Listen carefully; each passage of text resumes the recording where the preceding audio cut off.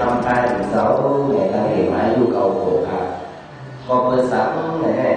ตั้งวัดดอกโคงเอาพอดีตั้งแตงกุฏิกุฏานพอดีกูก็กูก็จะพอจะมีสู่ในบ้านไหนเกิดมาเนี่ยก็ช่วยต้องหนึ่งห้าถึงเสาที่ลายนะครับน้องเหมือนกำปูอยู่บ้านนะเพราะว่าแตงดีหลายร้านเนี่ยเจ้าแม่ก่อหลายเขาเลยเข้ามาสร้างรักจอมเจ้าแม่อยู่เมืองเก่าโขเมืองลูกเก่าโขอันที่เป็นก่อนเมื่อกี้นั่นในทีวีเนี่ยยังเห็นไม่สีเลย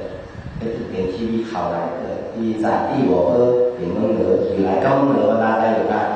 กำดื้อเวลาใดกำขืนเวลาใดกำไกลเวลาใดกำแค่ใดรายการด้วยเกี่ยวกับเราเป็นสัญลักษณ์เราพยายามเป็นสัญลักษณ์ในดูตั้งวางเมืองในดูตั้ง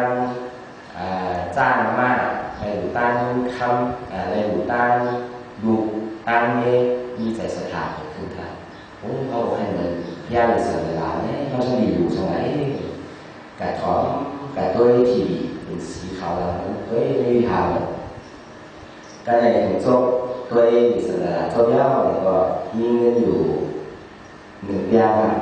อันเดียวก็คืออะไรดีแล้วเงินท่าล่างดีแล้วดีแล้วผมจะให้ซื้อประกอบวิหารของเราครับเอาเรื่องต่างๆดูดีพระราชาดูอะไรเป็นพระราชสู่ป้ายพระนาไปเสียข้าวค้าวันนี้โขยคือเป็นทุกวันแล้วนะน้องคิวเยอะไปแล้วอายุเก่าโขกัน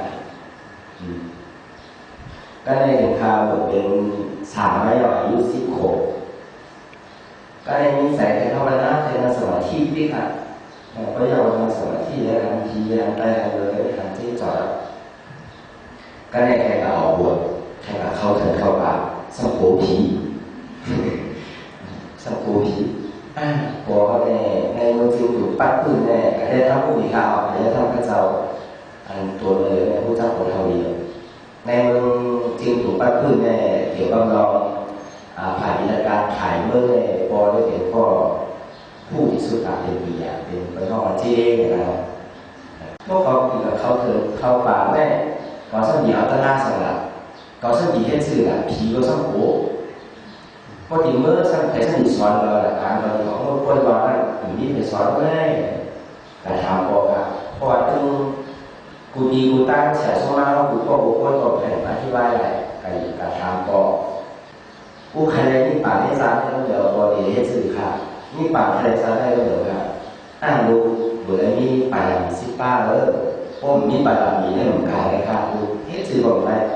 รู้มันยาวหนักอะไรป่ามีทางด้านป่ามีศีลป่ามีที่ข้ามาป่ามีที่ยาป่ามันหลายนะครับเพราะมันหลายบางทีน่ะได้มันจับอ่ะ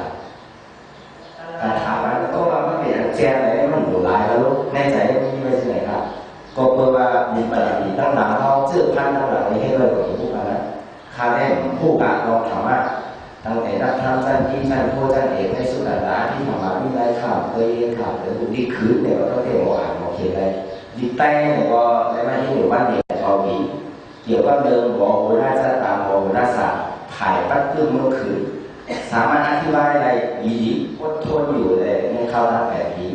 เกี่ยวกับลงตั้งพูดโลคาบอกโลคาพูดปอเลยว่าสามารถตามโลปอเลยก็เลยมันถึงเจ้าหน้ามีใส่แรงลายในอิ่มเวอร์หน่ายจางในการเฮ็ดการสร้างของพวกนั้นอย่าว่ามีใจบอกที่นะครับซื้อพามาปุ้งเลยเมื่อได้ไปมีอยู่2 ก้อน3 ก้อนเลยได้มี4 ก้อนเขาเรียกเป็นกราฟมี4 ก้อนอันที่ไหนมีอยู่4 ก้อนเพราะเป็นที่นั้นในข่าวตามโคมาย่าก็เขาแข่งกับหัวสำคัญเลยเขาทุกข้าวเลยเขาดีเฮ็ดสื่อดีป้วนทุกข้าวเลยเขาดีกระทำไปเลยเขามุ่งมองหาเสียสมาในข่าวตาม10 ปีไปนี่มันไปท่วมไปยากอันตรายจี้ในเส้นตาของคนเราเห็นไปจนถึงเฮ็ดสื่อเลยก็ในข่าวก็สื่อพายด้วยสื่อพายที่ออกบทก็เลยมาจินจางพูดอยู่ในใจทั้งที่ไปได้พูดหน้าตาเลยไป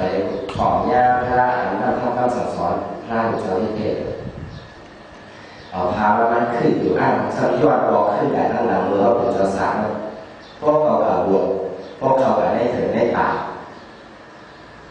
ก็ในก่อสร้างที่เอาตาล่าบูเลยเขามีป่าใครสร้างที่สั่งสอนเราละคู่เอาก็เลยสนิทมาจี้ในเส้นตั้งเราได้ออกเมื่อคนร้อนละผูกใจมาครับพวกเขากาเขาสร้างเป็นสลาเนาะพวกเขากาในวัดในจองสนิทในเอ็นไตอ้างด้วยหมอด้วยที่สักให้เป็นคนทำอ้างสิตั้งไม่ถูกเลยมันไปใส่เดี๋ยวมันมีเป็นสิตั้งผิดนะมันมีเป็นวิชาที่ไหนบ้างเพราะมีเส้นแล้วในเศร้าเขาเศร้าเทศเขาเนี่ยออกไปมันจริงถูกไหมปล่อยว่าลูกก็ปล่อยพี่ก็ปล่อยทรัพย์สินเงินทองมีให้หามาเท่าไหร่ก็ปล่อยแต่ว่ามีตัวหลายๆเขามาแบบเขามาในเมืองไทยพอเขามาเมืองไทยเรามาเปลี่ยนมาสร้างมันว่าเอาอาชีพดีตัวเราก่อนเรียกนั่นแหละอยู่ในวันขาข้าวหาแดด